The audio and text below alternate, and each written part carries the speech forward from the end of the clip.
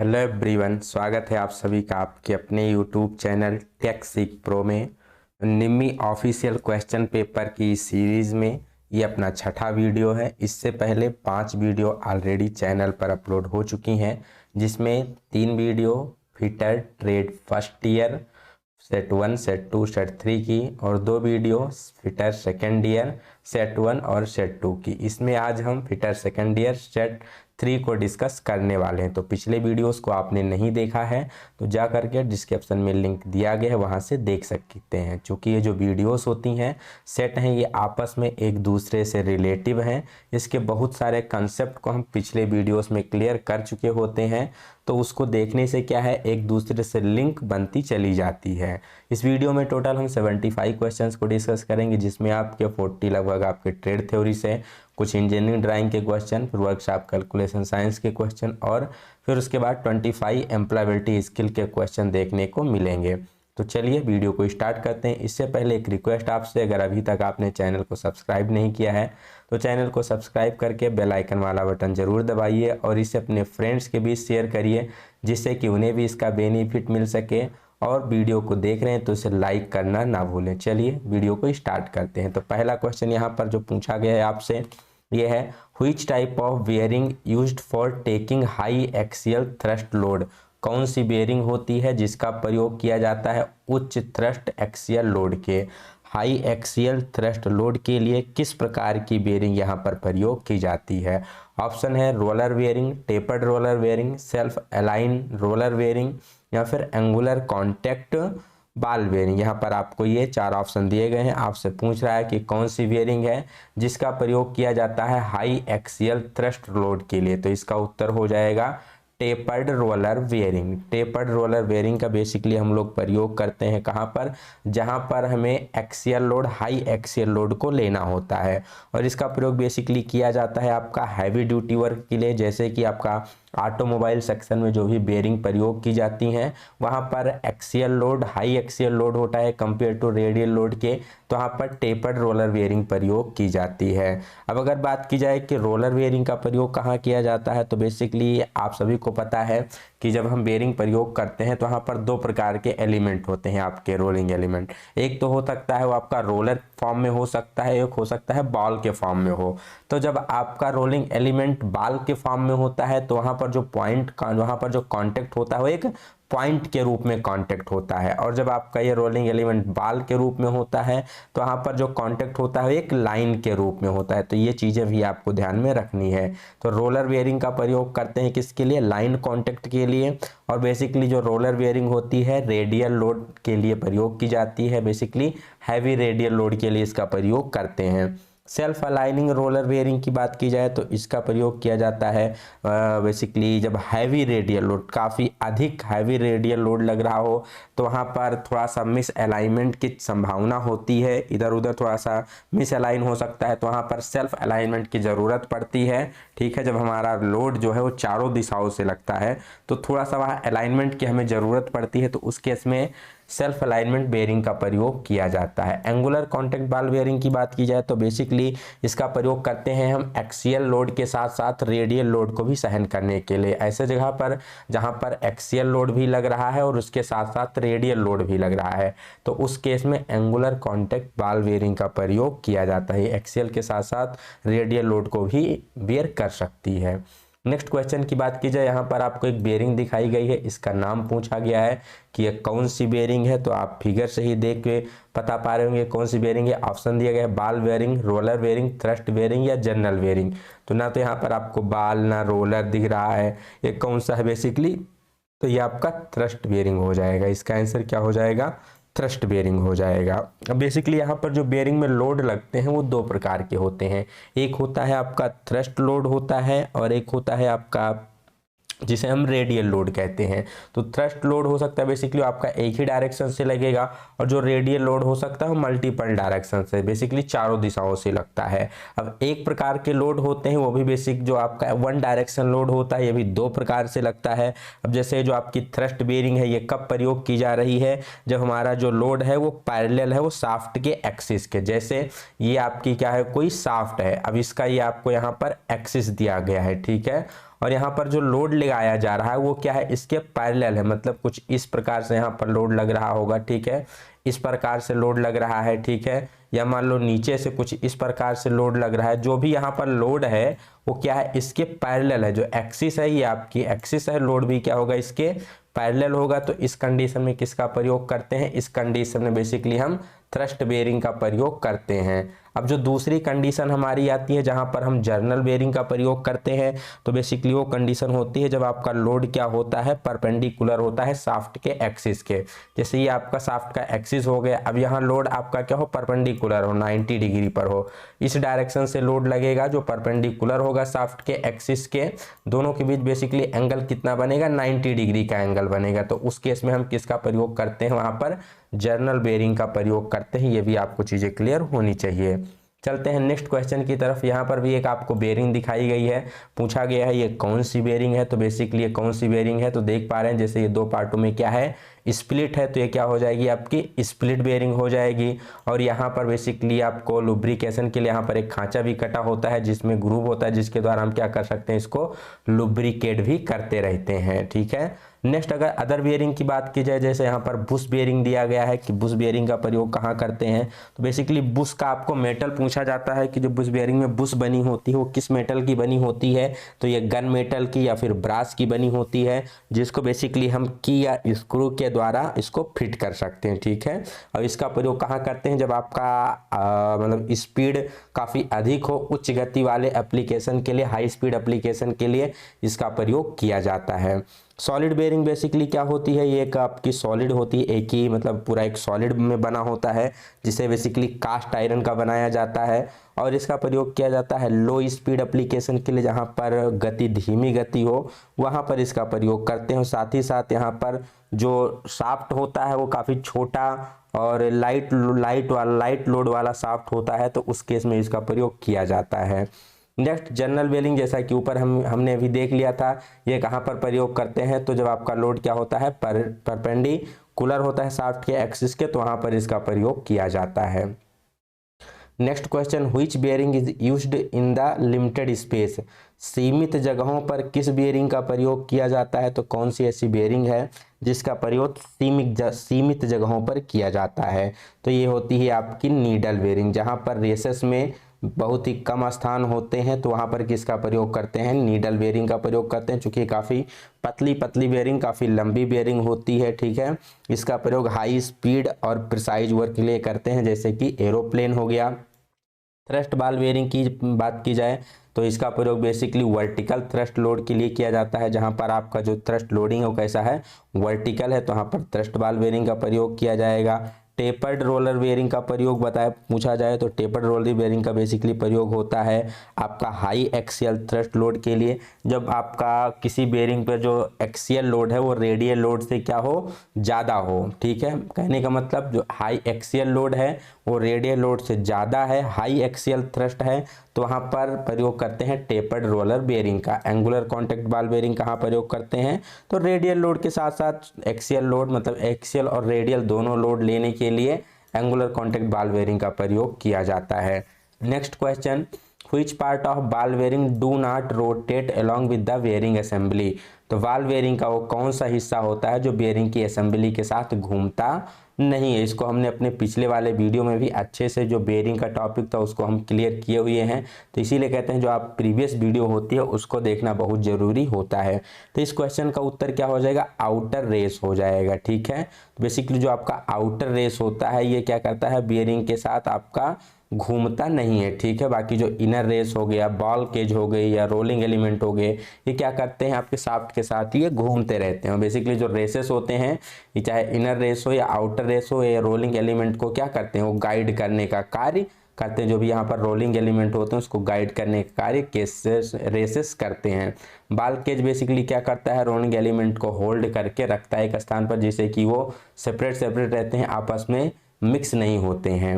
Next, why extra clearance is provided between bearing and journal in the aluminium alloy bearing, तो aluminium की मिश्र धातु की जब बेयरिंग प्रयोग की जाती है तो उसमें बेयरिंग और जर्नल के बीच अतिरिक्त क्लियरेंस क्यों दी जाती है, यहाँ पर पूछा गया है। तो इस क्वेश्चन का आपको ऑप्शन क्या दिया गया है, to allow lubricant to flow freely, to overcome linear expansion, to overcome coefficient expansion, to overcome high thermal expansion. तो इसका करेक्ट आंसर क्या हो जाएगा, हाई थर्मल एक्सपेंशन। बेसिकली जब हीट पाके क्या करते हैं, एक्सपेंड करते हैं, फैलते हैं, तो उस फैलने के कारण वहाँ पर क्या हो, कोई आपका बेंडिंग ना हो, कोई एक्स्ट्रा वहाँ पर डैमेज ना हो, तो उसको एक्सपेंशन को कंपनसेट करने के लिए यहाँ पर थोड़ा सा एक्स्ट्रा क्लियरेंस दिया जाता है, जिससे कि जब आपका वहाँ पर बेसिकली टेम्परेचर ज़्यादा हो जाए और उसके कारण अगर थोड़ा बहुत एक्सपेंशन भी करे तो उसको क्या कर सके, वो क्लियरेंस कंपनसेट कर सके, इसलिए वहाँ पर थोड़ा सा हम क्लियरेंस देते हैं।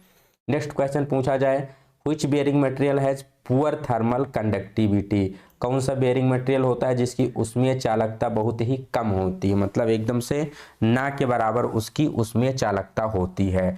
तो कौन सी होती है, ये आपका है लैमिनेटेड फिनोलिक्स। जो लैमिनेटेड फिनोलिक्स है उसकी जो ऊष्मीय चालकता होती है बहुत ही कम होती है, एकदम ना के बराबर इसकी थर्मल कंडक्टिविटी होती है।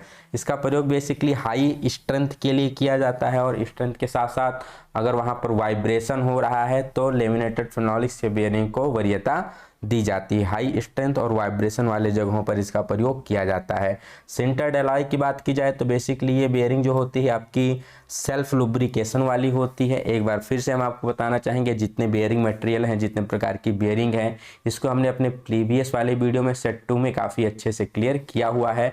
तो यहाँ हम ज़्यादा डिटेल न देते हुए उसके ओवरव्यू को देखते हुए चलेंगे। तो जो सिंटर्ड एलॉय वाला मटेरियल बेयरिंग है, तो सिंटर्ड एलॉय सेल्फ लुब्रिकेटिंग होता है, इसलिए इसका प्रयोग ऐसे स्थान पे करते हैं जहाँ पर लुब्रिकेशन देने में समस्या हो, लुब्रिकेशन इजीली से ना हो सके, वहाँ पर प्रयोग करते हैं। ठीक है। अगर बात की जाए टेफ्लॉन के बेयरिंग की, तो टेफ्लॉन का बेसिकली क्या होता है, लो कोफिशिएंट ऑफ फ्रिक्शन होता है, इसका घर्षण गुणांक बहुत ही कम होता है, साथ ही साथ एक केमिकल रेजिस्टिव भी होती है। तो जहाँ पर काफ़ी ज़्यादा हीट जनरेट हो रही हो, काफ़ी ज़्यादा घर्षण हो रहा हो, वहाँ पर टेफ्लॉन की बेयरिंग का प्रयोग किया जाता है। नायलॉन की बेयरिंग का बात किया जाए तो ये क्या होती है, ये भी सेल्फ लुब्रिकेटिंग होती है, काफ़ी छोटे छोटे साइजों में पाई जाती है, स्मॉल साइज में पाई जाती है, और लाइट लोडिंग, हल्के लोड के लिए काफ़ी आपकी आइडेंटिकल बेयरिंग होती है। Next question, why the melting point of bearing material should be lower than that of the shaft. क्यों बेयरिंग मटेरियल का जो गलनांक है शाफ्ट के गलनांक की तुलना में कम होना चाहिए।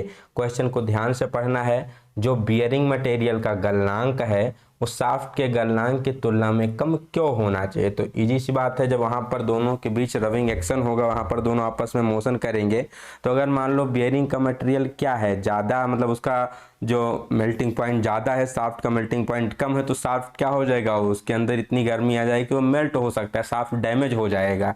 तो शाफ्ट डैमेज ना हो इससे पहले बेयरिंग आपकी क्या हो जाए, डैमेज हो जाए, तो बेयरिंग को हम क्या कर सकते हैं, इजीली रिप्लेस कर सकते हैं, उसका रिप्लेस कॉस्ट कम आएगा। और अगर हमारा शाफ्ट डैमेज हो गया तो उसको रिप्लेस करने में उसका हमारा क्या होगा, कॉस्ट बहुत ज़्यादा आ जाएगा, इसलिए यहाँ पर उसका जो मेल्टिंग पॉइंट होता है वो कम रखा जाता है। तो इसका करेक्ट आंसर हो जाएगा प्रिवेंट शाफ्ट सिक्वीजर। बेसिकली यहाँ पर है जो शाफ्ट की जब्ती को या शाफ्ट को डैमेज से बचाने के लिए ऐसा किया जाता है, हमने आपको डिटेल में एक्सप्लेन कर दिया। Next question, which alloying metal bearing can work at higher temperature and higher load carrying capacity। वो कौन सी बेयरिंग है, कौन सा मेटल का बेयरिंग है जो उच्च तापमान और उच्च भार वहन क्षमता वाले स्थानों पर प्रयोग की जाती है। तो यहाँ पर बेसिकली दोनों पूछा गया है, हाई टेम्परेचर भी है और हाई लोड कैरिंग कैपेसिटी है। तो बेसिकली कौन सी होती है आपकी कॉपर लेड एलॉय बेयरिंग। जो कॉपर लेड एलॉय की बेयरिंग प्रयोग की जाती है ये आपकी हाई टेम्परेचर और हाई लोड कैरिंग कैपेसिटी होती है। नेक्स्ट यहाँ पर कास्ट आयरन का अगर पूछ लिया जाए तो बेसिकली आपका लाइट लोडिंग हो जाता है, लो स्पीड एप्लीकेशन के लिए प्रयोग करते हैं। White metal bearing, white metal का बेसिकली प्रयोग किया जाता है सेल बेयरिंग की लाइनिंग को भरने के लिए। लो लोड कैरिंग कैपेसिटी के लिए इसका प्रयोग करते हैं। बेसिकली जैसे जैसे टेम्परेचर बढ़ता जाता है वैसे वैसे वाइट मेटल की क्या होती है, जो इफिशियंसी होती है वो घटती जाती है। कैडमियम बेस एलॉय की बात की जाए तो ये भी प्रयोग किया जाता है हाई टेम्परेचर और हाई लोड पे, बट कॉपर लेड एलॉय जो बेयरिंग होती है इसकी जो लोडिंग कैपेसिटी होती है, टेम्परेचर सहन करने की कैपेसिटी होती है, वो कैडमियम बेस एलॉय से क्या होती है, अधिक होती है। नेक्स्ट क्वेश्चन की बात की जाए, which metal is used in electroplating to the metal surface to resist corrosion for longer period and to retain high polish.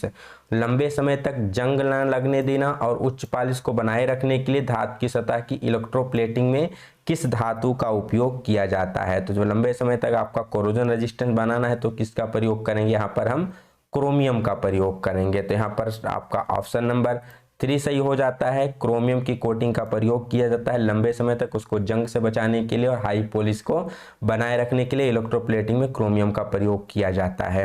Next question, which bearing material is used in connecting rod and electrical motor. तो यहाँ पर आपको ध्यान देना है electrical motor, आपको electrical motor की बात की गई है तो कौन सी हो जाएगी आपकी, फिर से कॉपर लेड एलॉय बेयरिंग हो जाएगी, क्योंकि कॉपर क्या होता है आपका काफ़ी अच्छा कंडक्टर होता है हीट और इलेक्ट्रिसिटी का। नेक्स्ट यहाँ पर बात की जाए, which metal powder is used in calorising process to prevent corrosion.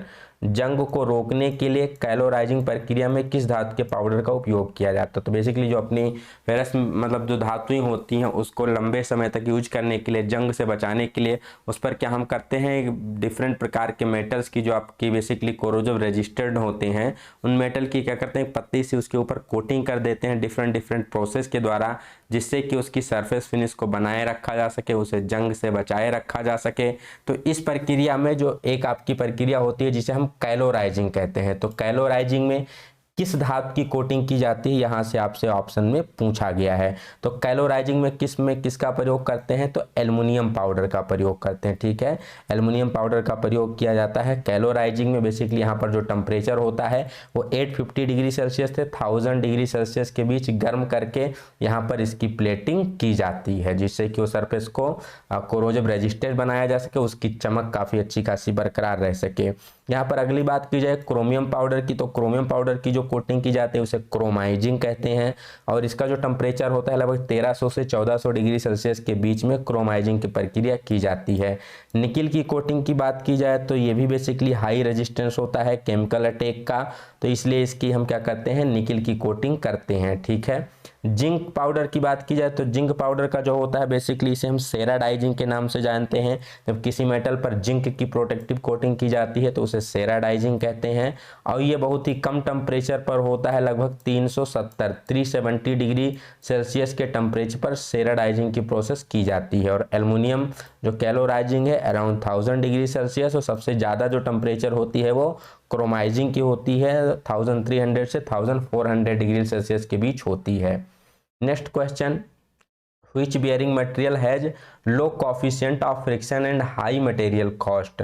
कौन सी घर्षण मतलब निम्न के में से कौन सी सामग्री है जो कि काफ़ी उच्च घर्षण और उच्च लागत के लिए प्रयोग किया जाती है। बेसिकली उसका जो आपका लो कोफिशिएंट ऑफ फ्रिक्शन है, जो घर्षण गुणांक है काफ़ी कम है और मटेरियल कास्ट काफ़ी हाई है। तो ऊपर हमने बात की थी कौन सी बेयरिंग थी जिसका थर्मल कोफिशिएंट बहुत लो था, सॉरी कोफिशिएंट ऑफ फ्रिक्शन काफ़ी लो था, तो कौन सी, टेफ्लॉन की बेयरिंग थी। टेफ्लॉन की जो बेयरिंग होती है इसका कोफिशिएंट ऑफ फ्रिक्शन काफ़ी कम होता है, घर्षण गुणांक काफ़ी कम होता है और साथ ही साथ इसकी मटेरियल की लागत काफ़ी अधिक होती है, केमिकल रेजिस्टिव भी होती है। ठीक है, तो काफ़ी उच्च मतलब हीट वाले स्थान पर और फ्रैक्शन वाले स्थान पर इसका प्रयोग किया जाता है।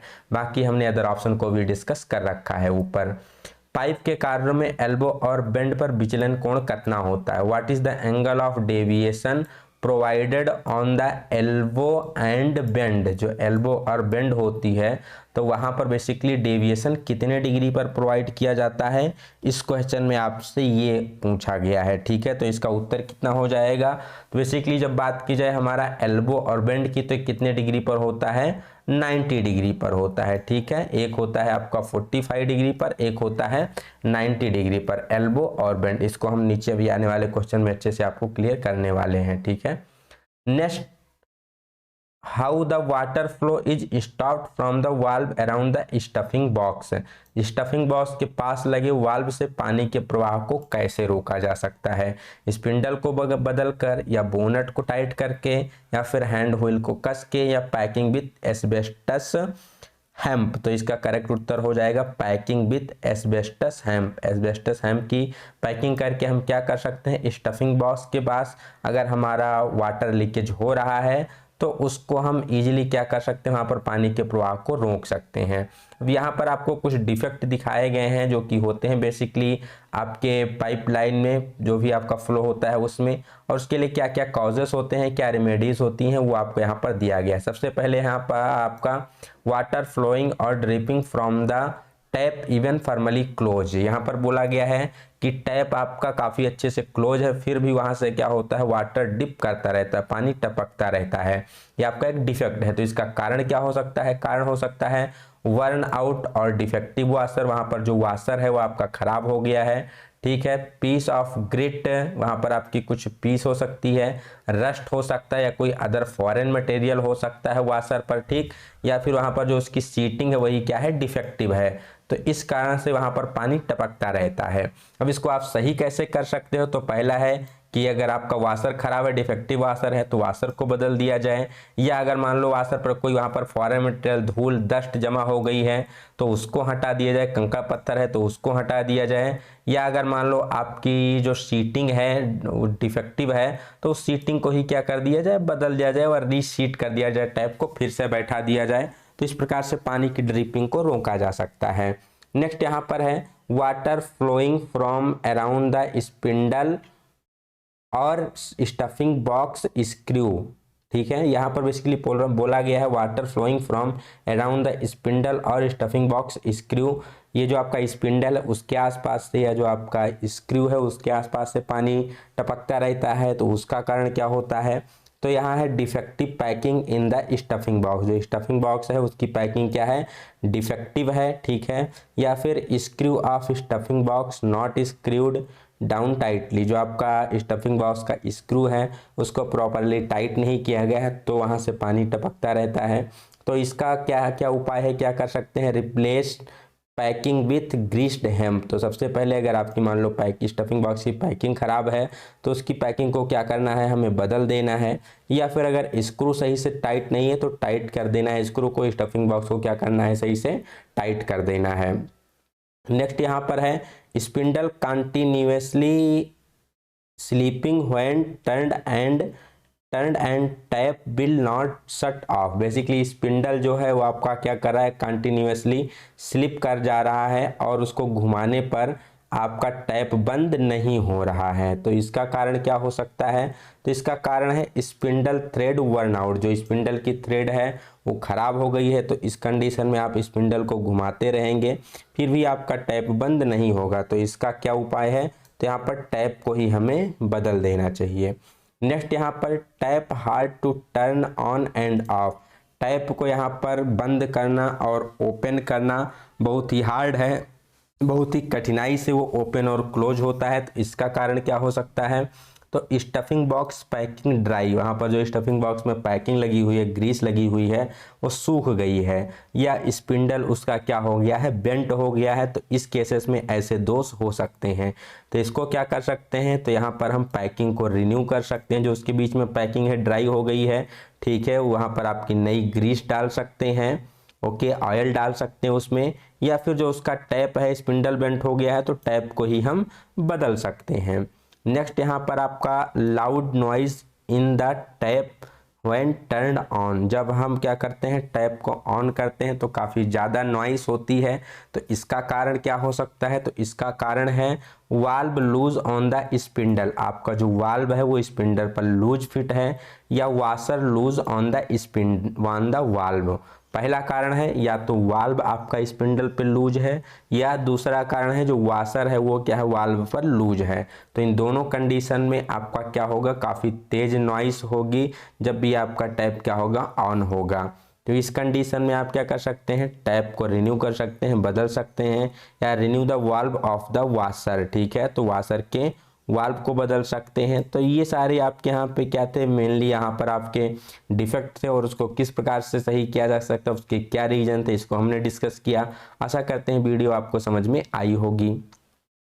Next question, how pipes are classified, pipe को किस प्रकार से वर्गीकृत किया जा सकता है, यूज के अनुसार, कलर के अनुसार, शेप के अनुसार, या मटेरियल के अनुसार।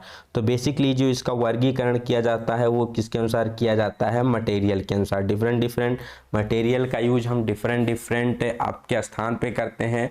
अलग अलग जगहों पे करते हैं। तो अकॉर्डिंग टू मटेरियल के अनुसार हम पाइप को क्लासीफाइड करते हैं, जैसे cast iron pipe, GI pipe, MS pipe, PVC pipe. तो डिफरेंट की पाइप यहाँ पर मटेरियल के अनुसार क्लासीफाइड की जाती है। Next question, which type of wrench is used for more than 50 mm diameter pipe. कौन सी बेसिकली वो रिंच होती है जिसका प्रयोग 50 से अधिक व्यास की पाइप के लिए मजबूती से पकड़ने के साथ कसने के लिए उपयोग किया जाता है। तो कौन सी पाइप होती है जिसका प्रयोग किया जाता है 50 से अधिक के लिए, तो होती है आपकी चैन पाइप रिंच। चैन पाइप रिंच का बेसिकली उपयोग 50 से लेकर के 150 डायमीटर के जो भी पाइप होते हैं उनको कसने के लिए, यहाँ पर पकड़ने के लिए इसका प्रयोग किया जाता है। किसका? चैन पाइप रिंच का प्रयोग किया जाता है। नेक्स्ट यहाँ पर जो स्टिल्सन पाइप रिंच होती है इसका प्रयोग यहाँ पर 15 से लेकर के 50 डायमीटर, जो 15 से 50 डायमीटर के जो भी पाइप होते हैं उनको पकड़ने के लिए, ओपन क्लोज करने के लिए किसका प्रयोग करते हैं? तो यहाँ पर स्टिल्सन पाइप रिंच का प्रयोग करते हैं। ये भी काफ़ी हैवी ड्यूटी में प्रयोग की जाती है। फुटप्रिंट रिंच की बात की जाए कि फुटप्रिंट रिंच का प्रयोग कहाँ कर सकते हैं, तो इसका बेसिकली प्रयोग करते हैं for gripping and turning pipe and round stock in confined places. जहाँ पर आपका कन्फाइंड प्लेस थोड़ी जगह सीमित हो, तो सीमित जगहों पर पाइप को पकड़ने के लिए, उसको टर्न करने के लिए बेसिकली फुटप्रिंट रिंच का प्रयोग किया जा सकता है। स्ट्रिप रिंच की बात की जाए तो इसका प्रयोग बेसिकली करते हैं फिनिश्ड वाले सरफेस पर, जहां पर हमको उसकी मार्किंग को अवॉइड करना है कि जो भी आपकी रिंच है उसको पकड़ने पर उसका कोई मार्क वहां पर पाइप पर ना बने, कोई यहाँ पर धब्बा ना बने। तो जो भी फिनिश सरफेस है तो वहां पर स्ट्रिप रिंच का प्रयोग किया जाता है। नेक्स्ट क्वेश्चन की बात की जाए, which type of pipe joint tech branch at 90 degree. किस प्रकार का पाइप जॉइंट 90 डिग्री पर ब्रांच बनाता है? मान लो कुछ ये आपकी एक पाइप है, अब यहाँ से 90 डिग्री पर हमें एक ब्रांच लाइन निकालनी है, तो किसका प्रयोग किया जाएगा?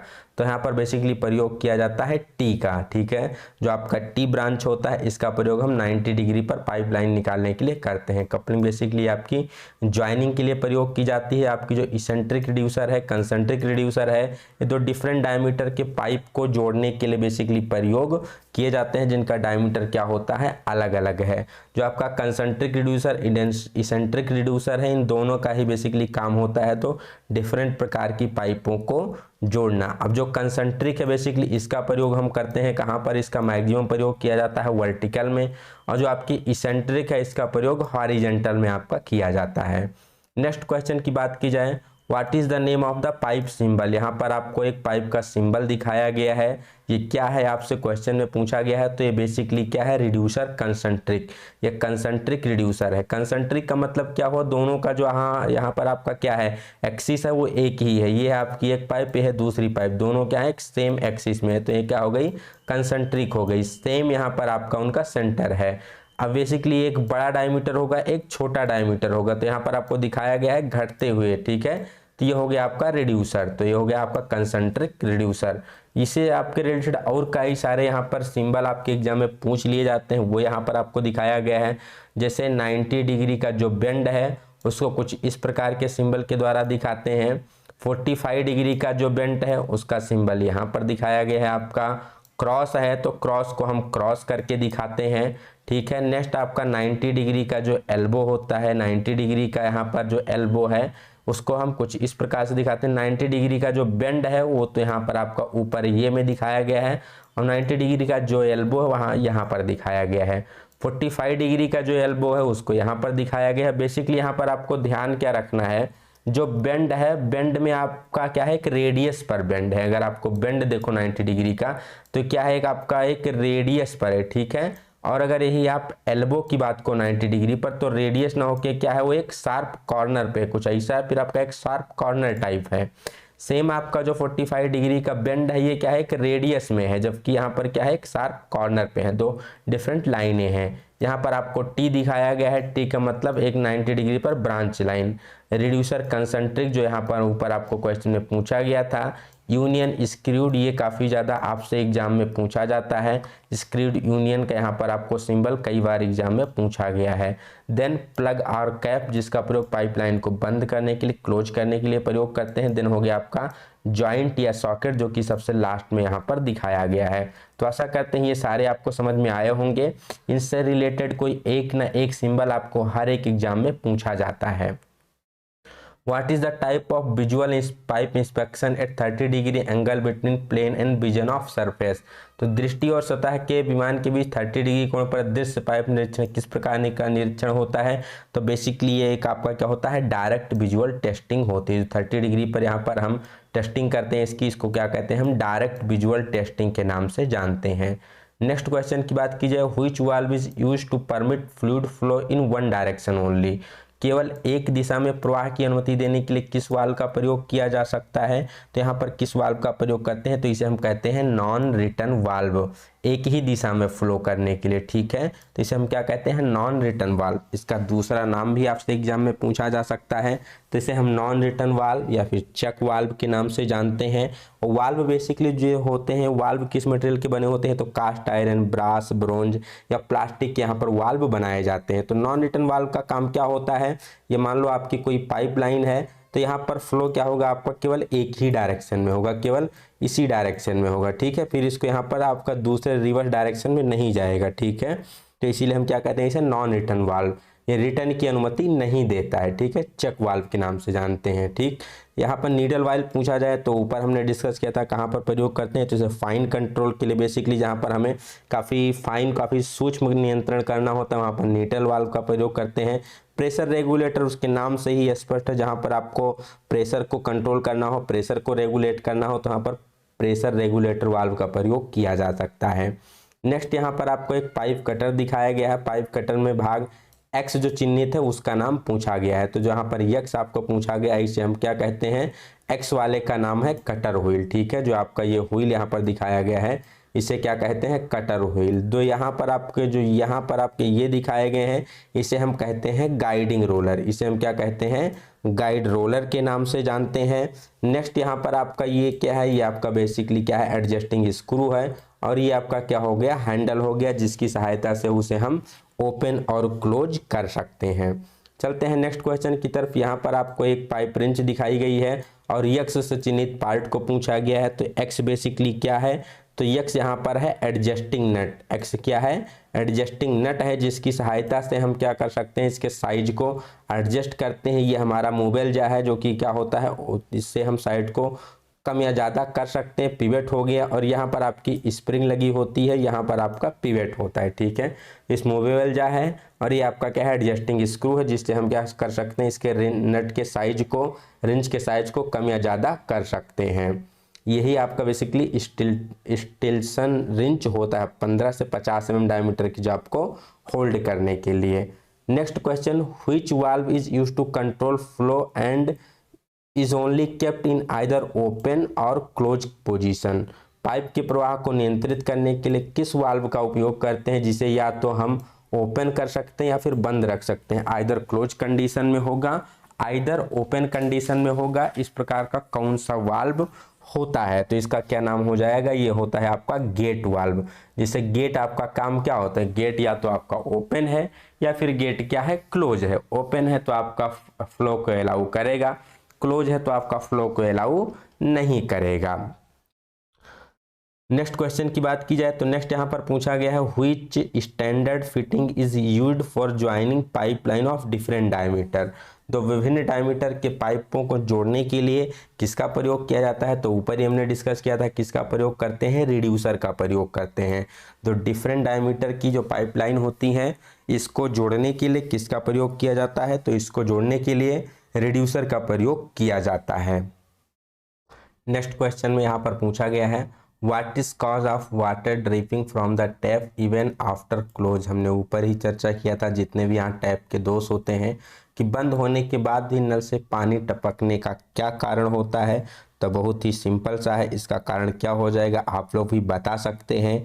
एक बार यहाँ पर वीडियो को पॉज करके आप सोच सकते हैं कि इसका कारण क्या हो जाएगा। तो इसका कारण हो जाएगा डिफेक्टिव वाशर। वाशर दोषपूर्ण होने से क्या है, यहाँ पर टैप के बंद होने के बाद भी पानी टपकता रहता है। Next question, which type of jig do not have base plate. कौन सी ऐसी जिग होती है जिसमें बेस प्लेट नहीं होती है। तो यहाँ पर ऑप्शन दिया गया है table jig, plate jig, template jig या फिर सैंडविच जिग। तो बेसिकली यहाँ पर आपकी प्लेट जिग और टेम्पलेट जिग, इन दोनों प्लेटों में आपकी बेस प्लेट, दोनों जिग में आपकी बेस प्लेट नहीं होती है। बट यहाँ पर अगर ये दोनों आपसे ऑप्शन में दे दिए जाएं तो उस कंडीशन में आप एज पर निमी टेम्पलेट जिग की तरफ जाएंगे। बाकी प्लेट जिग में भी आपकी बेस प्लेट नहीं होती है। अब यहाँ पर बात कर ली जाए कहाँ पर प्रयोग करते हैं, तो टेबल जिग की बात की जाए तो इससे बेसिकली हम इसका दूसरा नाम होता है टर्नओवर जिग के नाम से जानते हैं। ठीक है, इसमें 4 क्या होते हैं फेसेज, या बेसिकली 4 फेस से क्या कर सकता है, लोकेट कर सकता है। कुछ इस प्रकार से इसका स्ट्रक्चर होता है जिसमें इसके 4 पैर लगे होते हैं लोकेट करने के लिए। ठीक है, तो 4 फेस से बेसिकली लोकेशन यहाँ पर प्रदान करता है, सपोर्ट करता है, काफ़ी एक्यूरेट सेटिंग के लिए इसका प्रयोग करते हैं। टर्नओवर जिग के नाम से जानते हैं। प्लेट जिग, इसमें बेस प्लेट नहीं होती, एक सिंपल सी क्या होती है प्लेट नुमा आकृति होती है, जिसका प्रयोग बेसिकली हम कहाँ करते हैं, किसी भी आपका ऐसे प्लेस से ड्रिलिंग वगैरह करनी, किसी प्लेट में मान लो ड्रिलिंग करनी है तो उसके ऊपर ले जाके इस प्लेट जिग को रख दे, आसानी से वहाँ पर टूल को ये गाइड कर सकता है। साथ ही साथ यहाँ पर एक और जिग होती है जिसे हम चैनल जिग के नाम से जानते हैं, उसमें भी बेस प्लेट नहीं होती है। तो प्लेट जिग, टेम्पलेट जिग और चैनल जिग, इन तीनों में बेस प्लेट्स नहीं होती हैं। सैंडविच जिग की बात की जाए तो कहाँ पर प्रयोग करते हैं, तो इसका बेसिकली प्रयोग किया जाता है जो भी काफ़ी सॉफ्ट वर्क पीस होते हैं या काफ़ी थिन वर्क पीस होते हैं, वहाँ पर इसका प्रयोग करते हैं, जहाँ पर आपको बेसिकली उसके बेंडिंग का खतरा होता है कि जब आपका क्या हो सकता है, बेंड हो सकता है, तो वहाँ पर किसका प्रयोग करते हैं। ठीक है, बेसिकली बेंड कब हो सकता है, जब मशीनिंग करते हैं, मान लो कोई सॉफ्ट मटेरियल उसकी ड्रिलिंग कर रहे हैं, प्रॉपर क्लेम नहीं तो क्या बेंड हो सकता है वहाँ पर, तो उसको होल्ड करने के लिए सैंडविच जिग का प्रयोग करते हैं। नेक्स्ट क्वेश्चन यहाँ पर पूछा गया है, इस जिग का नाम क्या है। आपको फिगर में एक जिग दिखाया गया है, तो अभी हमने ऊपर बताया था आपका 4 फेस से लोकेशन लेने के लिए कौन सी जिग काम करती है, तो ये होती है आपकी टर्न ओवर जिग। क्या होती है, टर्न ओवर जिग है। ठीक है, तो आशा करते हैं ये आपको समझ में आया होगा। इसका दूसरा नाम क्या है, तो ये आपकी टेबल नुमा आकृति है, इसलिए इसे टेबल जिग के नाम से भी जानते हैं। चलते हैं नेक्स्ट क्वेश्चन की तरफ। नेक्स्ट यहाँ पर आपको एक फिक्चर दिखाया गया है, पूछा गया है यह कौन से प्रकार का फिक्चर है। तो बेसिकली फिक्चर, जिग और फिक्चर का काम पूछा जा सकता है। तो जिग ऐसे आपके डिवाइसेस होते हैं जो कि आपके कटिंग टूल को क्या करते हैं, गाइड करते हैं, वर्क पीस को होल्ड और लोकेट करते हैं। फिक्चर क्या होते हैं, ऐसे आपके बेसिकली इंस्ट्रूमेंट्स होते हैं, ऐसे आपके जुगाड़ होते हैं जो कि आपके वर्कपीस को केवल होल्ड और लोकेट करते हैं, टूल को गाइड करने का काम नहीं करते। तो यहाँ पर जो आपको फिक्चर दिखाया गया बेसिकली एक एंगल प्लेट है, लेकिन इसको थोड़ा सा क्या कर दिए हैं, मॉडिफाई कर दिए हैं, तो इसीलिए इसके क्या कहते हैं, मॉडिफाई एंगल प्लेट फिक्चर के नाम से जानते हैं। इन सब का प्रयोग बेसिकली मिलिंग वगैरह में किया जाता है। नेक्स्ट यहाँ पर एक और जिग आपको दिखाई गई है, पूछा गया है ये कौन सा जिग है, तो इस जिग का नाम क्या है, चैनल जिग। इसका नाम क्या है, चैनल जिग। इसमें भी आपकी बेस प्लेट नहीं होती है। कहाँ प्रयोग करते हैं, तो आपका जो कोई रेक्टेंगुलर जॉब है, जैसे ये देख पा रहे होंगे, ये आपका क्या बेसिकली एक रेक्टेंगुलर जॉब यहाँ पर दिखाया गया है जो कि आपकी कुछ इस प्रकार की लंबाई में है। ठीक है, अब यहाँ पर इस पर ऑपरेशन करने के लिए बेसिकली आपको कौन से जिग का प्रयोग दिखाया गया है, तो यहाँ पर चैनल जिग इसके ऊपर रख दी गई है और डिफरेंट यहाँ पर आपके होल्स, आपके डिफरेंट ऑपरेशन यहाँ पर किया जा रहे हैं इन सारे पोजीशन पे। तो कौन सी जिग हो गई आपकी, चैनल जिग हो गई। अदर जिग की बात की जाए, पोस्ट जिग, अगर पोस्ट जिग के बारे में पूछा जाए तो बोर से किसी होल, काफ़ी अंदर गहरा आपका बोर है, वहाँ पर लोकेशन लेने के लिए एग्जैक्टली इसका प्रयोग किया जाता है पोस्ट जिग का। सॉलिड जिग का बेसिकली प्रयोग किया जाता है जो कोई छोटे छोटे वर्क पीस होते हैं उसको ड्रिलिंग करने के लिए बेसिकली इसका प्रयोग करते हैं सॉलिड जिग का। ट्रिनियन जिग अभी हमने बात कर लिया है। ठीक है, ट्रिनियन जिग का प्रयोग कहाँ करते हैं, तो इसका बेसिकली प्रयोग करते हैं कोई आपका बड़ा है, ऑकवर्ड शेप जॉब है, इवन शेप जॉब नहीं है, तो उसमें ड्रिलिंग करने के लिए डिफरेंट डायरेक्शन से इसको होल्ड करने के लिए किसका प्रयोग करते हैं, तो ट्रिनियन जिग का प्रयोग करते हैं।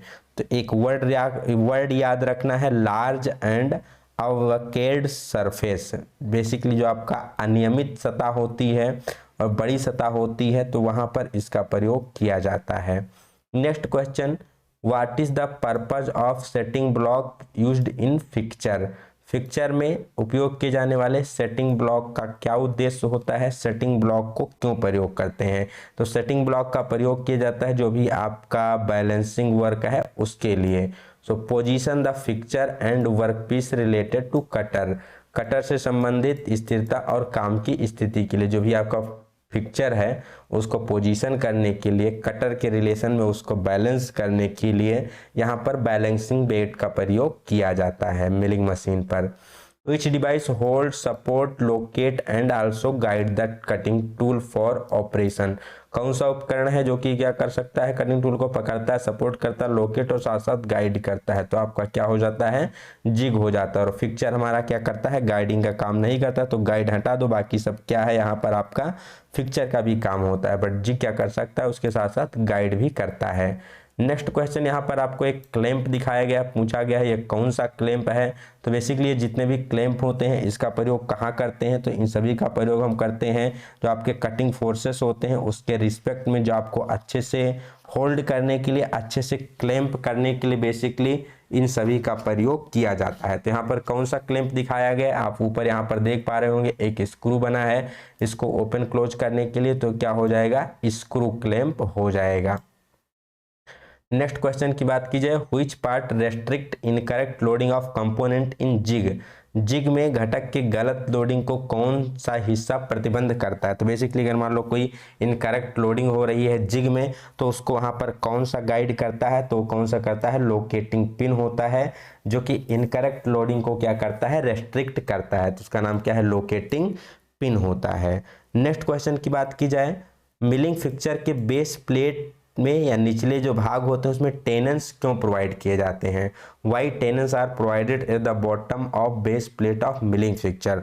तो मिलिंग फिक्चर पे जो आपके टेनन है उसको प्रोवाइड करने का केवल एक ही कारण होता है, for proper location of fixture, जो भी वहाँ पर हम फिक्चर यूज कर रहे हैं उसको सही तरह से वहाँ पर सेट कर सकें, उसको लोकेट कर सकें, इसीलिए वहाँ पर बेस प्लेट में टेनन्स प्रोवाइड की जाती हैं। Next question, What is the purpose of drill bushes provided in drill jig?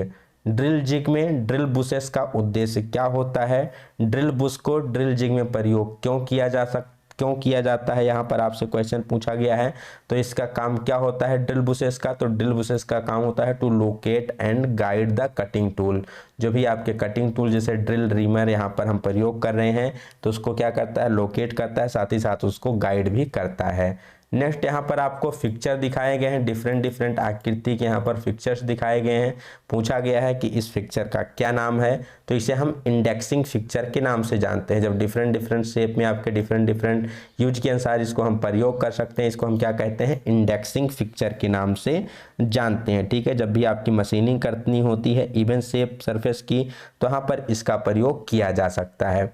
Vice picture की बात की जाए कि वाइस पिक्चर का प्रयोग कहाँ करते हैं, तो काफ़ी छोटे छोटे स्मॉल पार्ट के लिए वाइस पिक्चर का प्रयोग करते हैं। नेक्स्ट प्लेट पिक्चर की बात की जाए तो प्लेट पिक्चर बेसिकली सबसे सिंपल फॉर्म होता है पिक्चर का, एक प्लेट होती है जिसमें लोकेटर और क्लैंप्स लगे होते हैं जो आपको होल्ड और लोकेट करने के लिए, तो सबसे सिंपल फॉर्म आपका प्लेट पिक्चर होता है।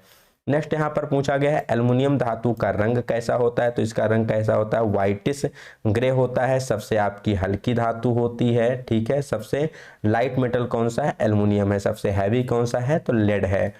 What are the various stage of heat treatment, ऊष्मा उपचार के विभिन्न चरण कौन कौन से होते हैं, तो सबसे पहले हम क्या करते हैं, मटेरियल को हीट करते हैं अप टू रिक्वायर्ड टेम्परेचर पर। जैसे मान लो हमें 800 डिग्री सेल्सियस तक गर्म करना है, तो सबसे पहले हम क्या करेंगे, गर्म करेंगे, और गर्म करने के बाद हम क्या करते हैं, हीटिंग के बाद सोकिंग करते हैं। सोकिंग का मतलब होता है उस टेम्परेचर पर कुछ समय के लिए उसको बनाए रखना जिसकी उसके जो पूरे कंपोनेंट्स हैं प्रॉपर सभी एक समान रूप से क्या हो सके, हीट हो सके, ऊष्मा उसके सभी भागों तक पहुंच सके, तो उसे हम सोकिंग कहते हैं। उसके बाद उस मटेरियल को हमें क्या करना होता है, ठंडा होना होता है, ठंडा करना होता है, जिससे डिजायर्ड उसमें प्रॉपर्टीज डेवलप की जा सके, तो उसे हम क्वेंचिंग कहते हैं। तो आपका तीनों स्टेज क्या हो गया, पहले हीटिंग हो गया, फिर सोकिंग हो गया, फिर उसके बाद क्वेंचिंग हो गया। अब अकॉर्डिंग टू क्वेंचिंग के अनुसार उसमें हम डिफरेंट प्रकार की प्रॉपर्टीज डेवलप करते हैं। जैसे आपको मान लीजिए उसमें हार्डनेस डेवलप करनी है तो आप क्या कर देते हैं, सडन कूलिंग कर देते हैं। साथ ही साथ मान लो उसमें आप नॉर्मलाइजिंग कर रहे हो तो उसे एयर रूम टेम्परेचर पर हम धीरे धीरे कूलिंग करते हैं। एनीलिंग कर रहे हो तो फर्नेस में ही स्विच ऑफ करके छोड़ देते हैं। तो अकॉर्डिंग टू यूज के अनुसार हम क्वेंचिंग मीडिया यहाँ डिफरेंट सेलेक्ट करते हैं।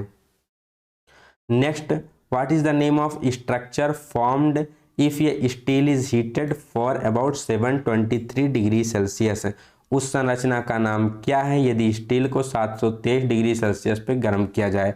तो जो 723 डिग्री सेल्सियस होता है इसे हम क्या कहते हैं, तो इसे हम लोअर क्रिटिकल टेम्परेचर के नाम से जानते हैं। ये भी आपसे एग्जाम में पूछा जा सकता है कि लोअर क्रिटिकल टेम्परेचर कितना होता है। तो आपका कोई भी हो, सबके लिए लोअर क्रिटिकल टेम्परेचर 723 होता है।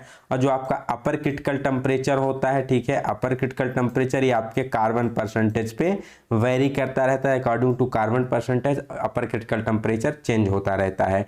तो जब हम 723 डिग्री सेल्सियस पे गर्म करते हैं तो उस समय हमें कौन सा स्ट्रक्चर प्राप्त होता है, तो बेसिकली उस समय हमें प्राप्त होता है ऑस्टेनाइट स्ट्रक्चर। जो भी वहां पर आपका सीमेंटाइट स्ट्रक्चर होता है वो सीमेंटाइट स्ट्रक्चर पूर्ण रूप से क्या होता है, 723 डिग्री पर पहुंचते पहुंचते क्या होता है, ऑस्टेनाइट स्ट्रक्चर में बदल जाता है। ठीक है, अब इस ऑस्टेनाइट स्ट्रक्चर को हम क्या कहते हैं, जब रैपिड कूलिंग करते हैं तो वहां पर हमें क्या प्राप्त होता है, मार्टेनसाइट स्ट्रक्चर प्राप्त होता है, जो भी काफी हार्ड और ब्रिटल होता है। सारे स्ट्रक्चर को हमने अपनी जो पिछली क्लास थी सेट नंबर 2 उसमें हीट ट्रीटमेंट के टॉपिक में हमने इसको काफी अच्छे से सारे स्ट्रक्चर को क्लियर किया है। तो आप उस वाली वीडियो को देख करके इसको काफी अच्छे से क्लियर कर सकते हैं। इसकी वीडियो काफी लंबी हो जाएगी, इसलिए हम इसमें ज्यादा इस पर डिस्कस नहीं कर रहे हैं। Next, which colour of metal piece when heated up to 250 degree Celsius while doing the tempering process. Tempering प्रक्रिया करते समय धातु के टुकड़े को 250 डिग्री सेल्सियस पे गर्म किया जाता है तो उस धातु के टुकड़े का रंग क्या होगा। तो यहाँ पर बेसिकली आपसे पूछा गया है टेम्परिंग के टेम्परेचर के बारे में। तो जब 250 डिग्री सेल्सियस पे हम गर्म करते हैं तो उस समय हमारा रंग क्या होता है, तो उस समय रंग होता है मेटल का brown.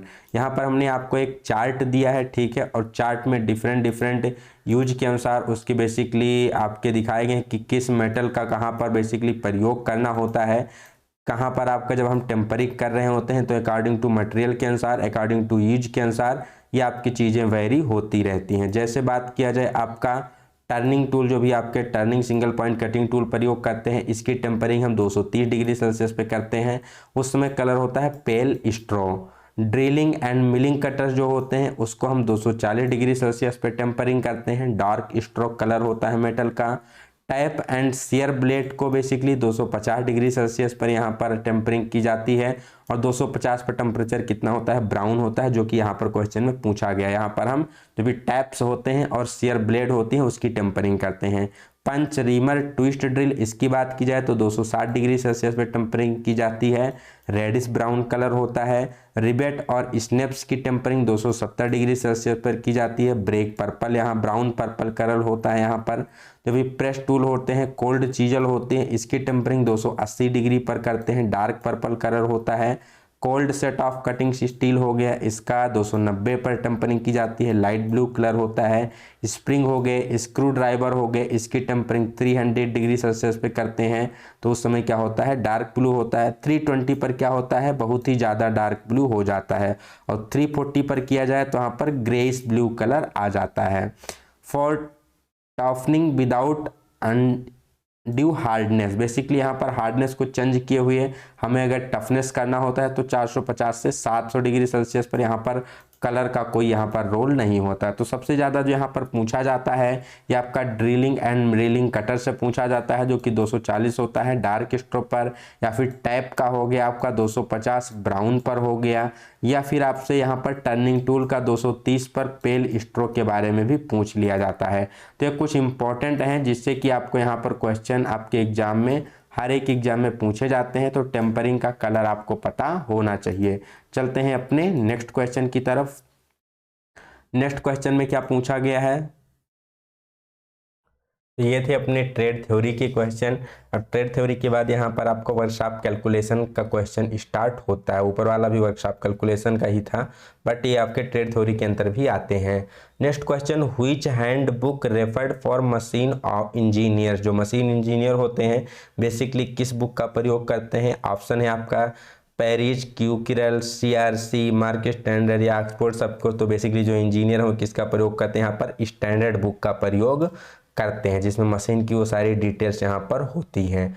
Next, which authority publish schedule of rate, यहाँ पर जो रेट कोई भी आपका वस्तु है उसकी जो दर है उसकी सूची को कौन प्रकाशित करता है, तो जो आपका गवर्नमेंट डिपार्टमेंट होता है, सरकारी विभाग होता है, वो क्या करता है, रेट को यहाँ पर पब्लिश करने का काम करता है। What is the name of booklet that rate of various term and indicates, वो कौन सी पुस्तिका होती है जिसमें विभिन्न दरों का संकेत किया जा सकता है, तो उसे हम क्या कहते हैं, तो उसे हम प्राइस कैटालॉग कहते हैं, जिसमें डिफरेंट डिफरेंट जो अभी आपकी वस्तुएं हैं उसका रेट क्या क्या है उस बुक में लिखा होता है, वो क्या होती है, आपकी प्राइस कैटालॉग होती है। The included angle of pipe thread, जो पाइप थ्रेड होती है जिसे हम कहते हैं ब्रिटिश स्टैंडर्ड पाइप थ्रेड, तो उसका इंक्लूडेड एंगल कितना होता है, तो 55 डिग्री होता है, जिसे हम शॉर्ट फॉर्म में BSP थ्रेड के नाम से जानते हैं।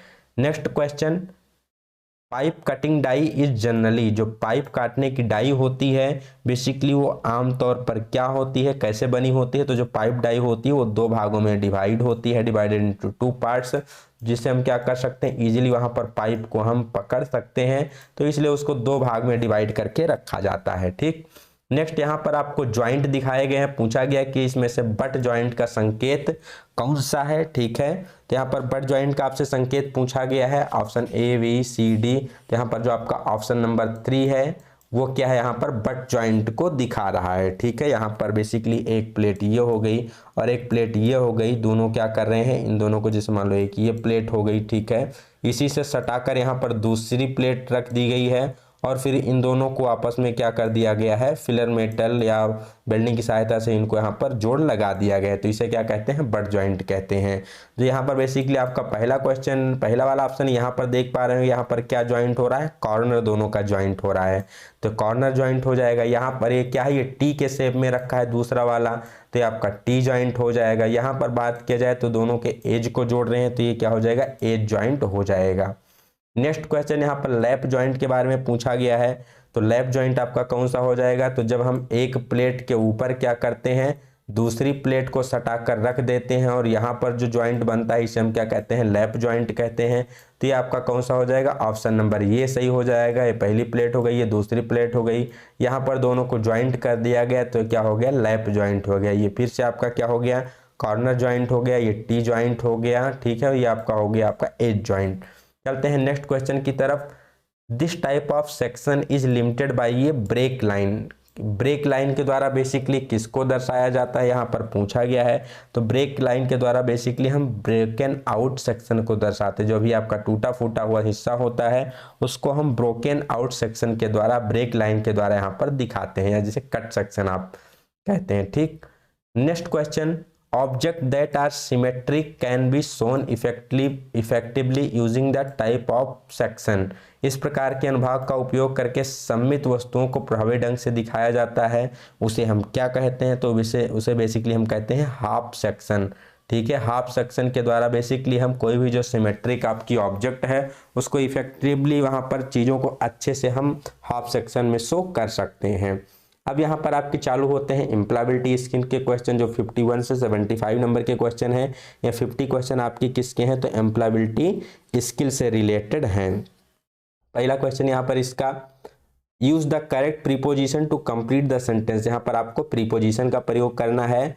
सो आई विल मीट यू, मैं तुमसे मिलूंगा, ठीक है, dash dash dash the third week, फिर डैश डैश डैश जनवरी, तो इसका करेक्ट आंसर क्या हो जाएगा, तो बेसिकली ये कह रहा है कि जनवरी के तीसरे सप्ताह में मैं तुमसे मिलूंगा।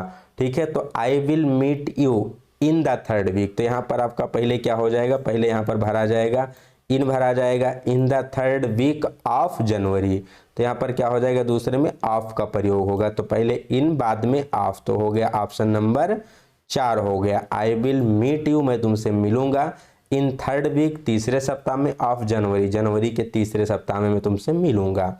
नेक्स्ट क्वेश्चन यहाँ पर, neighbourhoods may be dash dash dash based on प्यूपिल location strength and weakness, जो आपका नेबरहुड्स होता है may be based on प्यूपिल location strength और वीकनेस के अनुसार पर क्या कर सकते हैं, तो उसको हम डिस्क्राइब कर सकते हैं, उसको हम क्या कर सकते हैं, उसको हम बता सकते हैं, उसका विवरण दे सकते हैं। तो नेबरहुड्स में भी described based on प्यूपिल location strength and weakness. वहाँ पर लोग कैसे हैं, लोकेशन कैसा है, स्ट्रेंथ वीकनेस वहाँ उसकी क्या है, क्या खूबियाँ हैं, क्या कमियाँ हैं, तो इसके आधार पर हम क्या कर सकते हैं, उस वातावरण को, उस परिसर को हम वहाँ पर व्यक्त कर सकते हैं, उसकी व्याख्या कर सकते हैं।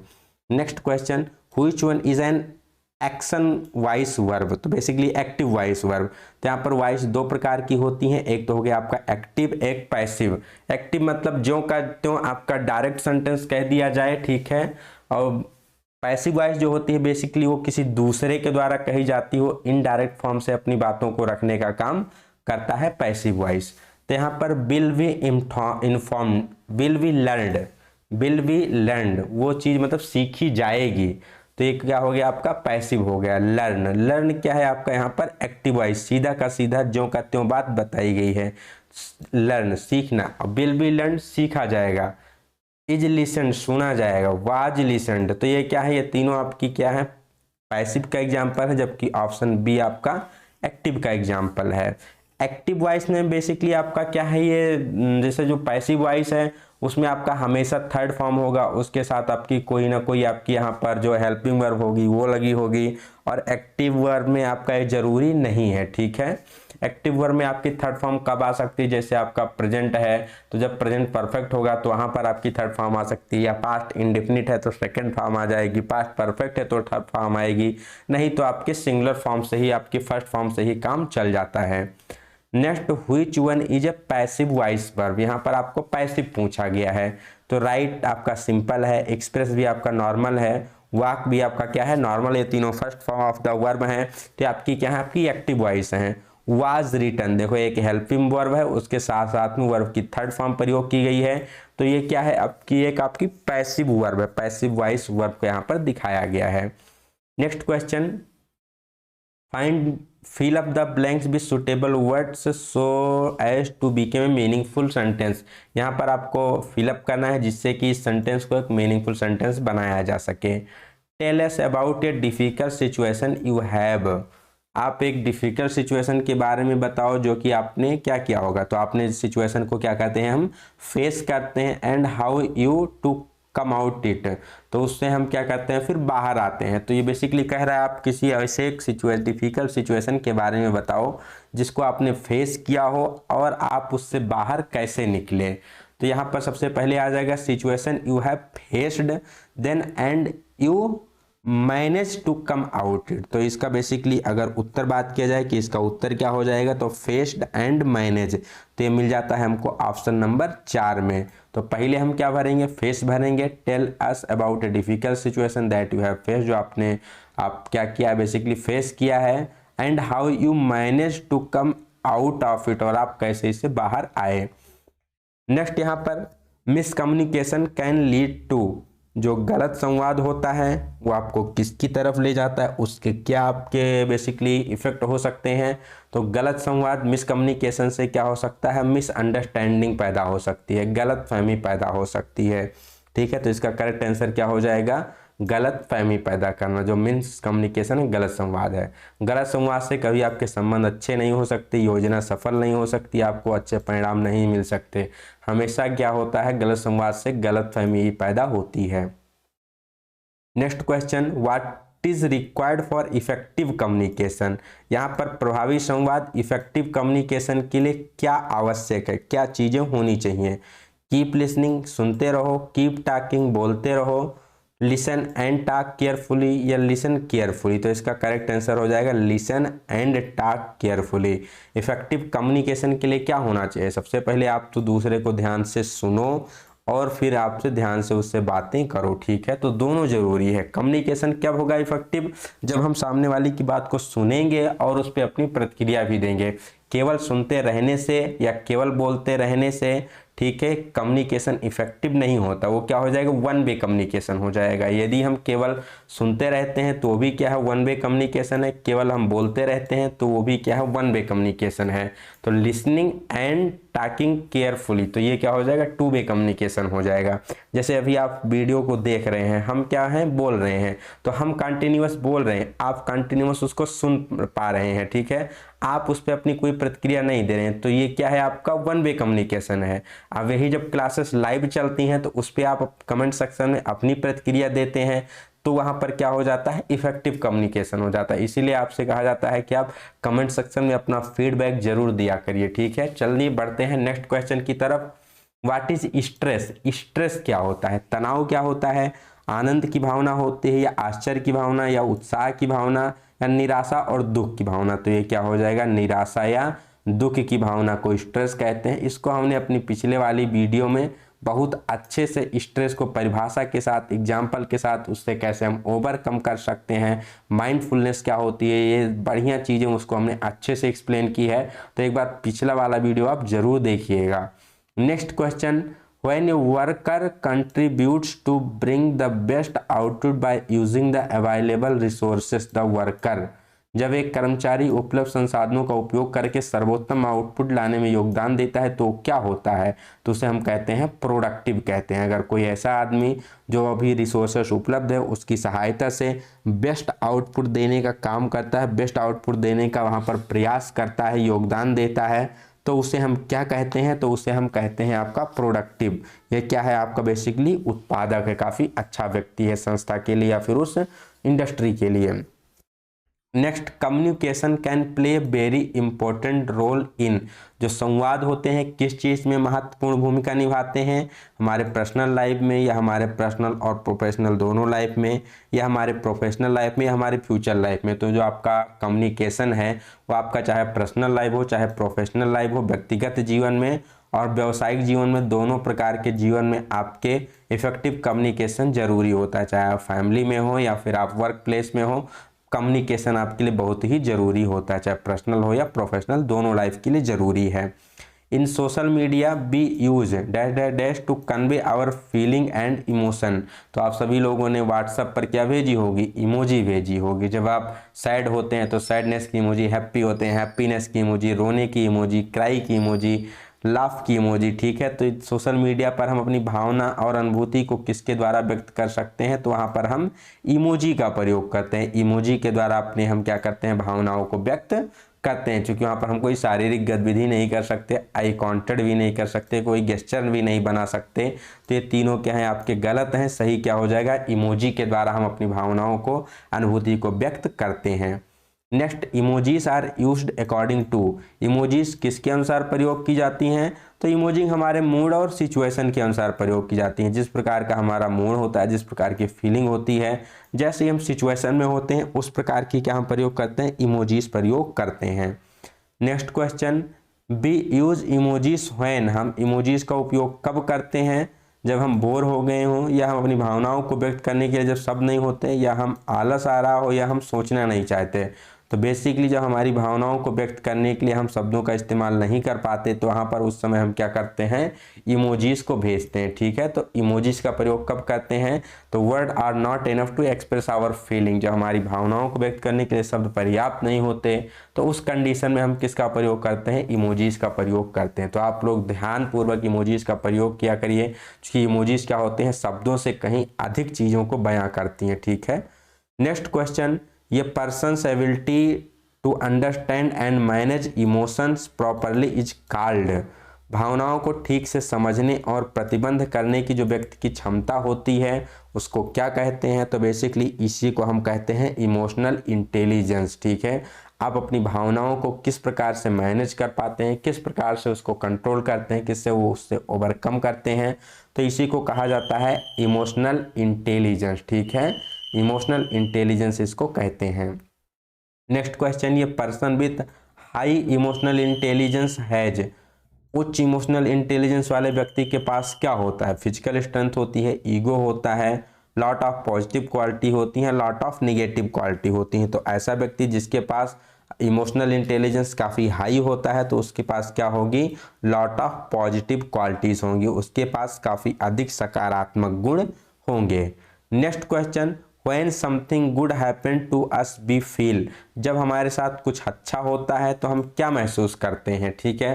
तो जब भी आपके साथ अच्छा महसूस होगा तो आप क्या करोगे, तो यहाँ पर आप पॉजिटिव इमोशन फील करोगे, जैसे आप खुशी फील करोगे, ठीक। जैसे मान लो आप एग्जाम दे रहे हो, एग्जाम में पास हो गए तो आप क्या होंगे, खुशी फील करेंगे। बाबू सोना का मैसेज आ गया तो क्या फील करेंगे, खुशी फील करेंगे। तो इसका करेक्ट उत्तर क्या हो जाएगा, जब हमारे साथ कुछ अच्छा होता है तो हमें खुशी जैसी सकारात्मक भावनाएं फीलिंग होती हैं। चिड़चिड़ापन गलत हो गया, क्रोध गलत हो गया, नकारात्मक भावना ये गलत हो गया। ये सब कब आएगी, जब हमारे साथ कुछ गलत होगा तो ये सारी चीज़ हमारे साथ आएंगी। और जब हमारे साथ अच्छा होगा तो सकारात्मक भावना आएगी। Next question, if we do not learn how to control that dash dash it can spoil relationship. यदि हम यह नहीं सीखते कि डैश डैश डैश को कैसे नियंत्रित करना है तो इससे संबंध बिगड़ सकता है। किससे संबंध बिगड़ सकता है, हंसी को कंट्रोल ना करने से, या क्रोध को, या लोगों को, या अन्य को। बेसिकली जब हम क्रोध को, अपने एंगर को कंट्रोल करना नहीं सीखते हैं तो इससे क्या होता है, क्रोध में हम कई बार कुछ ऐसी बातें बोल जाते हैं, ऐसे काम कर देते हैं जो नहीं करनी चाहिए या नहीं बोलने चाहिए, तो इससे हमारे रिलेशनशिप खराब हो जाते हैं। तो हमको क्रोध को नियंत्रण करना चाहिए, क्रोध को नियंत्रण करना आना चाहिए, ठीक है। Next question, what is the process of formally introducing one self called. स्वयं को औपचारिक रूप से परिचय देने की प्रक्रिया क्या कहलाती है, तो उसको हम कहते हैं सेल्फ इंट्रोडक्शन। जब कोई आपसे आपका परिचय पूछ रहा हो, स्वयं का परिचय पूछ रहा हो, तो बेसिकली उसको क्या कहा जाता है, तो उसे सेल्फ इंट्रोडक्शन के नाम से जाना जाता है, खुद का परिचय, स्वयं का परिचय। नेक्स्ट क्वेश्चन, ये quick summary of your self is called. अपने आप को एक त्वरित सारांश को डैश डैश डैश कहा जाता है। तो quick summary of your self, अपने आप का जो एक क्विक समरी होता है उसको किस नाम से जानते हैं, तो उसे एलिवेटर पिच के नाम से जानते हैं। उसे क्या कहते हैं, एलिवेटर पिच के नाम से जानते हैं। The most frequently asked question in an interview is. Interview में सबसे अधिक बार पूछा जाने वाला सवाल क्या है, तो इसे आप कह लो चाहे सबसे अधिक बार पूछा जाने वाला या सबसे पहला पूछा जाने वाला क्वेश्चन क्या होता है, तो यही होता है tell me about yourself. अपने बारे में बताओ। सबसे ज़्यादा, सबसे आसान, सबसे पहला क्वेश्चन या सबसे डिफिकल्ट आप कह लो तो यही होता है tell me about yourself, अपने बारे में बताओ। उस समय आपके पास चांस होता है कि जब भी आप इंटरव्यू अटेंड कर रहे हैं सबसे पहले आपको चांस मिलता है कि जो आपकी स्ट्रेंथ है, जो आपकी अच्छाइयाँ हैं, जो आपके अंदर क्वालिटीज़ हैं, उसको यहाँ पर आप बता सकते हो। और यहाँ पर जो आपकी बुराइयाँ भी होती हैं, जो आपकी नेगेटिव चीज़ें होती हैं, उसको भी आपके पास मौका होता है कि उसको एक अच्छे रूप में, अच्छे से उसको रिप्रेजेंट करने का। तो tell me about yourself मेरी फर्स्ट क्वेश्चन और सबसे ज़्यादा पूछा जाने वाला क्वेश्चन होता है। Things one must not follow while attending an interview. Interview में शामिल होते समय क्या चीज़ नहीं करनी चाहिए, ठीक है। तो इसी समय यही से हम कहते हैं कि यहाँ पर जो इंग्लिश होता है उसको आप लोग ध्यान दीजिए। हिंदी में देखो लिखा गया इंटरव्यू में शामिल होते समय पालन करने की बातें, जबकि अंग्रेजी में सीधा सीधा पूछ रहा है थिंग्स मस्ट नॉट फॉलो, आपको फॉलो नहीं करनी है जब आप इंटरव्यू में शामिल हो रहे हैं। अगर आप यहाँ पर हिंदी में पढ़ेंगे तो ये क्या हो जाएगा, आपका उत्तर गलत लग जाएगा। तो इंग्लिश वाले को हमेशा ध्यान में रखें कि मस्ट नॉट फॉलो, इंटरव्यू में शामिल होते समय पालन नहीं करना है, ठीक है। सबसे पहले आत्मविश्वासी होना बिल्कुल सही है, कॉन्फिडेंस आपको होना चाहिए। गिव ए फर्म हैंडशेक, बिल्कुल ठीक है, आपको मजबूती से हाथ मिलाएं। ग्रीट एंड थैंक फॉर्मली, औपचारिक रूप से अभिवाद और आभार व्यक्त करें, यह भी ठीक है।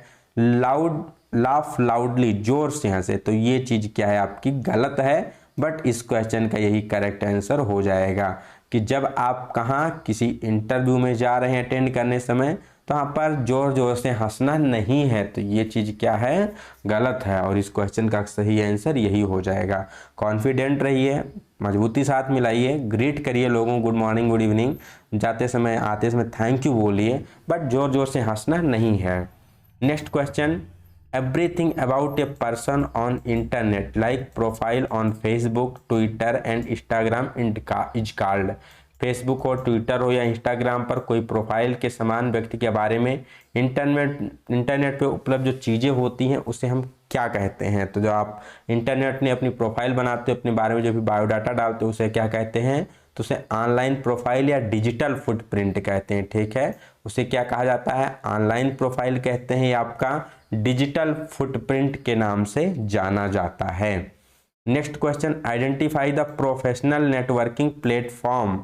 यहाँ पर आपको क्या पहचानना है, एक व्यावसायिक नेटवर्किंग प्लेटफॉर्म को पहचानना है, फेसबुक, स्नैपचैट, लिंक्डइन, व्हाट्सअप। तो फेसबुक, स्नैपचैट, व्हाट्सअप मैक्सिमम लोग यूज करते होंगे, लेकिन लिंक्डइन आप लोगों में से बहुत कम ही लोग यूज करते होंगे। लेकिन लिंक्डइन क्या है, आपका प्रोफेशनल नेटवर्किंग प्लेटफॉर्म है, जिसके द्वारा आप क्या कर सकते हैं, अपने कैरियर को ग्रो कर सकते हैं। यहाँ पर आपको बहुत सारे जॉब अपॉर्चुनिटी मिलती हैं। देश दुनिया में क्या चल रहा है, नई चीज़ें क्या रिसर्च हो रही है, किसने क्या पब्लिश किया, तो सारी नई नई चीज़ें यहाँ पर आपको जो भी डेवलपमेंट होता है वो यहाँ पर देखने को मिलता है। बाकी फेसबुक, व्हाट्सएप तो आपको पता ही है किस प्रकार से यहाँ पर रील वायरल होती हैं, टाइम पास किया जाता है। तो इससे बढ़िया है कि आप लोग अपनी आईडी लिंक्डइन पर बनाओ, वहाँ पर आप अपनी योग्यता के अनुसार ठीक है जॉब भी सर्च कर सकते हो। डायरेक्ट कंपनी यहाँ पर आपको रिक्रूट भी करती है, डायरेक्ट एचआर से आप कंपनी ऑनर से यहाँ पर बात करके यहाँ पर जॉब को भी आप ले सकते हैं। डिफरेंट डिसिप्लिन के लोग यहाँ पर आपको कनेक्ट होते हैं, ऑल ओवर वर्ल्ड यहाँ पर आप कनेक्ट कर सकते हैं बेसिकली जॉब के सर्च के लिए, ठीक है, अपने गोल को चेंज करने के लिए, कैरियर को चेंज करने के लिए। तो लिंक्डइन का उपयोग आप कर सकते हैं। Next question, when a person is given information about how he or she is doing in an effort to reach a goal, it is called। किसी लक्ष्य तक पहुंचने के प्रयास में वो कैसा कर रहा है या कर रही है, इस बारे में जब किसी व्यक्ति को जानकारी दिया जाता है तो इसे क्या कहा जाता है, तो बेसिकली इसे हम कहते हैं फीडबैक। ठीक है, जो भी आपने काम किया उसके बारे में सामने वाले से पूछा कि वो कैसा कर रहा है, कैसा कर रही, तो इसे क्या कहते हैं, फीडबैक कहते हैं। इसीलिए हम आप लोगों से कहते हैं कि जब भी आप क्लास को देख के ख़त्म करें तो कमेंट सेक्शन में अपना फीडबैक ज़रूर दिया करें कि वीडियो आपको कैसी लग रही है, क्या इसमें इम्प्रूवमेंट क्या किया जा सकता है, क्या इसमें गलती हुई है जिस पे हमको काम करने की और ज़रूरत है। तो इसलिए आप सभी लोग कमेंट सेक्शन में कम से कम एक अपना फीडबैक जरूर दे के जाइए करिए, चाहे वो पॉजिटिव फीडबैक हो, नेगेटिव फीडबैक हो, कोई मैटर नहीं करता। आप ओपनली अपना फीडबैक वीडियो के बारे में दे सकते हैं, चैनल के बारे में दे सकते हैं। और वीडियो को लास्ट तक देख रहे हैं तो ज़रूर लाइक करिए, अपने फ्रेंड के बीच शेयर भी किया कीजिए। नेक्स्ट क्वेश्चन यहाँ पर क्या पूछा गया है, feedback is important because, feedback क्यों महत्वपूर्ण है, हम आप लोगों से फीडबैक क्यों लेते हैं। तो हम फीडबैक लेते हैं कि अगर मान लो हमारे अंदर कोई कमी हो तो हम उसे क्या कर सकें, सुधार सकें। तो फीडबैक जरूरी क्यों होता है, so it is important for improvement. ये क्यों जरूरी होता है, तो ये जरूरी होता है आपके इम्प्रूवमेंट के लिए। तो आशा करते हैं आपको फीडबैक का मतलब समझ में आ गया होगा, फीडबैक क्यों जरूरी होता है। तो फीडबैक का मेन काम होता है कि इससे हम समझ सकते हैं कि चीज़ें सही डायरेक्शन में जा रही हैं, गलत डायरेक्शन में जा रही हैं। तो किस लिए ज़रूरी होता है, it is given for improvement, ये सुधार के लिए आवश्यक होता है।